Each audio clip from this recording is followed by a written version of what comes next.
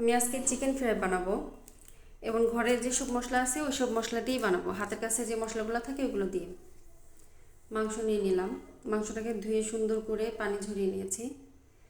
এখন এর মধ্যে দিব আদা বাটা,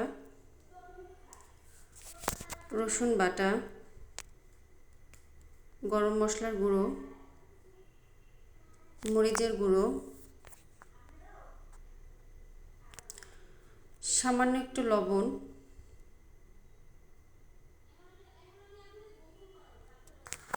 লবণটা একটু বুঝে শুনে দিতে হবে যেহেতু আমরা সয়া সস দিব। সয়া সসে তো অনেক লবণ থাকে। সয়া সস দিয়ে দিলাম। এখন সবগুলো হাতে সুন্দর করে মাখাবো। মাখিয়ে 2 ঘন্টার জন্য রেস্টে রেখে দিব।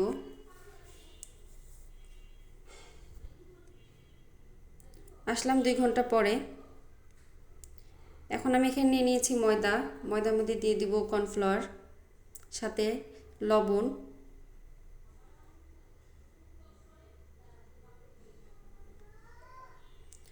আর দিব মরিচের গুঁড়ো, দিয়ে সুন্দর করে মাখিয়ে নিব। তারপর এখান থেকে মাংস নিয়ে নিব, নিয়ে ময়দার মধ্যে দিব, দিয়ে হাত দিয়ে সুন্দর করে চেপে চেপে ময়দাটাকে মাংসর সাথে লাগিয়ে দিব।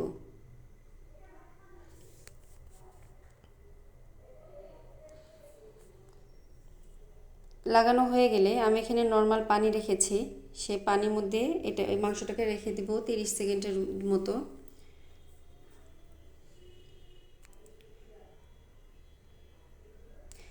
তিরিশ সেকেন্ড পর আবার উঠাবো।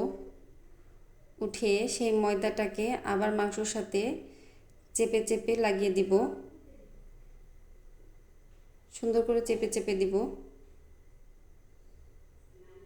এভাবে একটা একটা করে সবগুলো আমি করে নিব। হয়ে গেছে, দেখুন। কড়াইতে তেল বসিয়ে দিয়েছিলাম, তেল গরম হওয়ার পরে আমি সবগুলো দিয়ে দিব। আর তেলটা যখন গরম করবেন তখন হাই হিটে গরম করবেন। যখন মাংসগুলো ছেড়ে দিবেন তখন আঁচটা একটু কমিয়ে দিবেন, এতে কোনো সমস্যা হবে না। লাল লাল করে ভেজে নিব।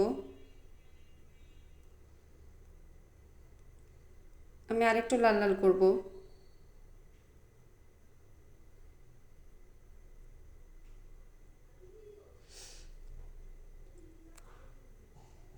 এই যে দেখুন হয়ে গেছে আমার চিকেন ফ্রাই। কেমন লাগলো অবশ্যই সবাই জানাবেন।